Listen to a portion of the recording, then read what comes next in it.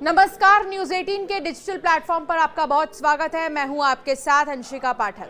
Ukraine ने इस बार रूस के गर्दन पर वार किया है। जी हां, यूक्रेन की सुरक्षा सेवा ने 4:44 पर तड़के एक खास ऑपरेशन के तहत क्रीमिया ब्रिज को तीसरी बार निशाना बनाते हुए जबरदस्त धमाका किया, जिससे ये पुल जो है अब क्रिटिकल कंडीशन में पहुंच चुका है। खास बात तो यह है कि इस बार हमला समुद्र के अंदर से किया गया। पुतिन ऊपर देखते रहे लेकिन नीचे ब्लास्ट हो गया, जिसे यूक्रेन ने महीनों की तैयारी वाला मिशन बताया है। समंदर में बना 19 किलोमीटर लंबा ये पुल रूस को क्रीमिया से जोड़ता है। यूक्रेन ने एक हफ्ते के भीतर ही दूसरी बड़ी तबाही मचाई है।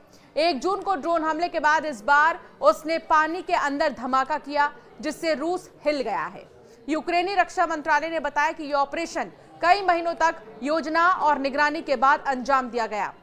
@डिफेंस यूके आधिकारिक पोस्ट के अनुसार SBU एजेंट्स ने पुल की अंडर वाटर सपोर्ट पिलर्स में विस्फोटक लगाए, जिन्हें आज सुबह 4:44 पर डेटोनेट किया गया। विस्फोट में करीब 1100 किलो TNT के बराबर विस्फोटक इस्तेमाल किए गए, जिससे पुल की नींव को समुद्र तल से गहरी चोट पहुंची है।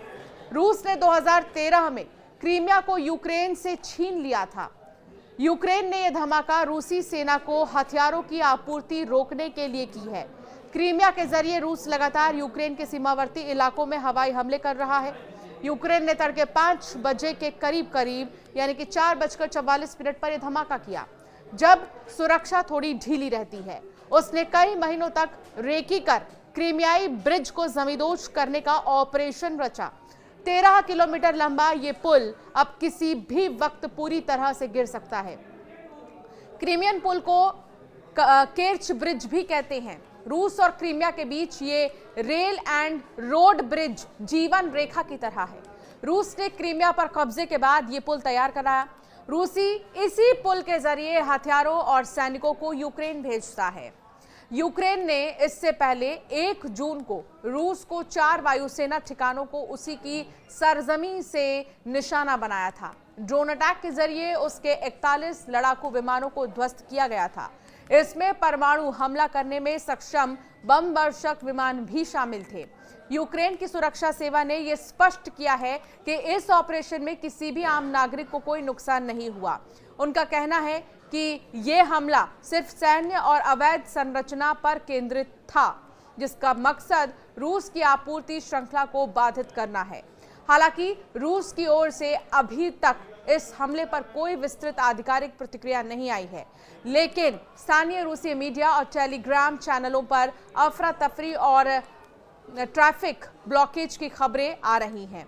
ये संकेत है कि रूस फिर एक बार रणनीतिक रूप से चौंका है। यूक्रेनी अधिकारियों ने बताया है कि 3 साल से जारी युद्ध को समाप्त करने के लिए प्रत्यक्ष शांति वार्ता में कोई प्रगति नहीं होने के एक दिन बाद उत्तर पूर्वी शहर के केंद्र में स्थित इमारतों और एक अस्पताल पर रॉकेटों की बौछार कर दी गई। ज़ेलेंस्की ने कहा कि सुमी पर दागे गए रॉकेटों में से एक इमारत की दीवार में घुस गया, लेकिन विस्फोट नहीं हुआ। ज़ेलेंस्की ने टेलीग्राम पर एक पोस्ट में लिखा, इस युद्ध को समाप्त करने से जुड़ी रूस की इच्छा के बारे में आपको बस इतना ही जानना चाहिए। ज़ेलेंस्की ने कहा, यह स्पष्ट है कि वैश्विक दबाव के बिना अमेरिका, यूरोप और दुनिया के सभी सत्तारूढ़ लोगों की निर्णायक कार्रवाई के बिना संयुक्त राष्ट्र के अनुसार इस युद्ध में अब तक 12,000 से ज्यादा यूक्रेनी नागरिक मारे गए हैं। साथ ही लगभग 1000 किलोमीटर लंबे अग्रिम मोर्चे पर दोनों पक्षों के हजारों सैनिक भी मारे गए हैं। शांति समझौते के लिए अमेरिकी नेतृत्व में जारी प्रयासों के बावजूद युद्ध जारी है। पुतिन युद्ध विराम के लिए सहमत नहीं होंगे। इस्तांबुल में सोमवार को हुई वार्ता में युद्धरत देशों के प्रतिनिधिमंडल मृत और घायल सैनिकों की अदला बदली करने पर सहमत हुए थे, लेकिन युद्ध समाप्त करने के लिए उनकी शर्त बहुत अलग रही हैं। संयुक्त राष्ट्र के अनुसार इस युद्ध में अब तक 12,000 से ज्यादा यूक्रेनी नागरिक मारे गए हैं। साथ ही लगभग 1000 किलोमीटर लंबे अग्रिम मोर्चे पर दोनों पक्षों के हजारों सैनिक भी मारे गए। शांति समझौते के लिए अमेरिकी नेतृत्व में जारी प्रयासों के बावजूद युद्ध अभी भी जारी है।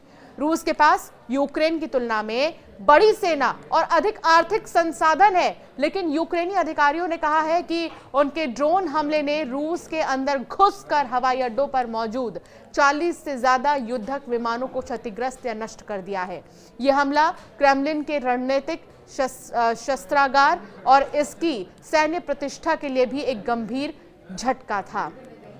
तो फिलहाल ऐसा धमाका यूक्रेन ने रूस में किया है, उस क्रीमिया के पुल पर किया है, जिसको सोचना रूस के लिए मुश्किल ही नहीं नामुमकिन था। लेकिन बावजूद इसके ये तगड़ा झटका यूक्रेन की तरफ से रूस को दिया गया। अब देखना होगा कि रूस का अगला कदम क्या होगा इस पर। आप जरूर हमें कमेंट कर बताएं आपका क्या मानना है इस टॉपिक पर।